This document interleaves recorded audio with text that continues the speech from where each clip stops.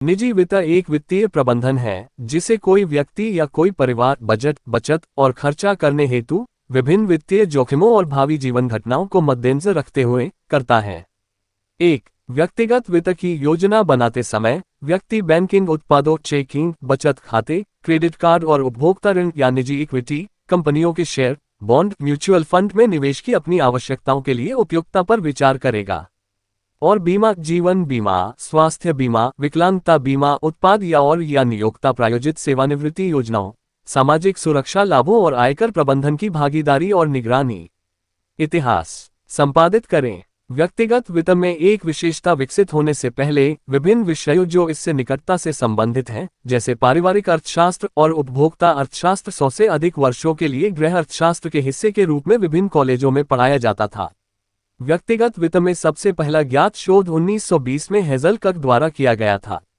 Chicago विश्वविद्यालय में उनके शोध प्रबंध ने उपभोक्ता अर्थशास्त्र और पारिवारिक अर्थशास्त्र की नींव रखी। उसी विश्वविद्यालय में गृह अर्थशास्त्र की प्रोफेसर मार्गरेट रीड को उपभोक्ता व्यवहार और घरेलू व्यवहार के अध्ययन में अग्रणी माना जाता है। 1947 में नोबेल पुरस्कार विजेता हर्बर्ट साइमन ने सुझाव दिया कि सीमित शैक्षिकी संसाधनों और व्यक्तिगत झुकाव के कारण एक निर्णय निर्माता हमेशा सर्वश्रेष्ठ वित्तीय निर्णय नहीं लेता है। जा सकते हैं। 2009 में डैन एरिली ने 2008 के वित्तीय संकट का सुझाव दिया कि मनुष्य हमेशा तर्कसंगत वित्तीय निर्णय नहीं लेता है। बी मुख्यधारा के अर्थशास्त्रियों और व्यावसायिक संकाय ने व्यक्तिगत वित्त पर बहुत कम ध्यान दिया। हालांकि Brigham young university, Iowa state university और सैन फ्रांसिस्को स्टेट यूनिवर्सिटी जैसे कई अमेरिकी विश्वविद्यालय ने पिछले 30 वर्षों में स्नातक और स्नातक दोनों कार्यक्रमों में वित्तीय शैक्षिकी कार्यक्रमों की पेशकश शुरू कर दी है। इन संस्थानों ने journal of financial counselling and planning और जर्नल ऑफ पर्सनल फाइनेंस जैसी पत्रिकाओं में कई नाम प्रकाशित किए। व्यक्तिगत वित्त में अनुसंधान कई सिद्धांतों पर आधारित है, जैसे कि सामाजिक विनिमय सिद्धांत और एंगार्ची वयस्क शिक्षण सिद्धांत। American Association of Family and Consumer Sciences और American Council on Consumer Interest जैसे व्यावसायिक निकायों ने 1950 से 1970 के दशक तक इस क्षेत्र के विकास में महत्वपूर्ण भूमिका निभानी शुरू की।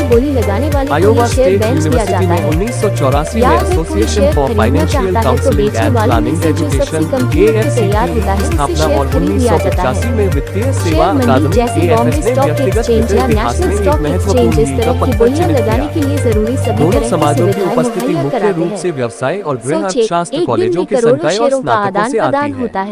AFCP ने तब से इस क्षेत्र में पेशेवरों के लिए कई प्रमाणन की पेशकश की है, जैसे कि मान्यता प्राप्त वित्तीय परामर्शदाता AFC और प्रमाणित आवास परामर्शदाता CFC। इस बीच AFS प्रमाणित वित्तीय नियोजक CFP बोर्ड के साथ सहयोग करता है।